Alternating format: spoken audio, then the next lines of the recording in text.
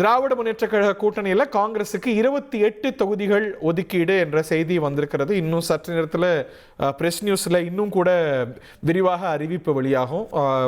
அநேகமாக ராஜ்யசபா சீட்டும் கொடுக்கப்பட்டிருக்கிறது. இதை பற்றின அஃபீஷியல் கன்ஃபர்மேஷன்ஸை நம்ம எதிர்நோக்கிறோம். அண்ணா அறிவாலயத்திலேருந்து வரக்கூடிய காட்சிகள் முதலமைச்சருக்கும் தமிழ்நாடு காங்கிரஸ் கமிட்டி தலைவருக்கும் இடையே இந்த கையெழுத்து ஒப்பந்தமாகி 2 பேரும் ஃபோட்டோ ஆப் கொடுக்கக்கூடிய காட்சிகளை பார்க்கின்றோம். உடன் காங்கிரஸ் நிர்வாகிகள் ஒரு பக்கம், திராவிட முன்னேற்ற கழக முக்கியஸ்தர்கள் இன்னொரு பக்கம். திமுக கூட்டணியில் காங்கிரஸ் கட்சிக்கு அண்ணா அறிவாலயத்தில் நடந்த தொகுதி உடன்பாட்டில் 28 தொகுதிகள் ஒதுக்கப்பட்டிருக்கிறது. ஒரு ராஜ்யசபா சீட், ஒரு மாநிலங்களவை சீட்டும் ஒதுக்கப்பட்டிருப்பது குறிப்பிடத்தக்கது.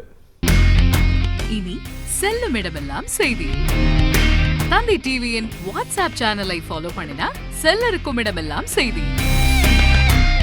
இதோ QR கோட், இப்பவே ஸ்கேன் பண்ணுங்க, ஃபாலோ பண்ணுங்க.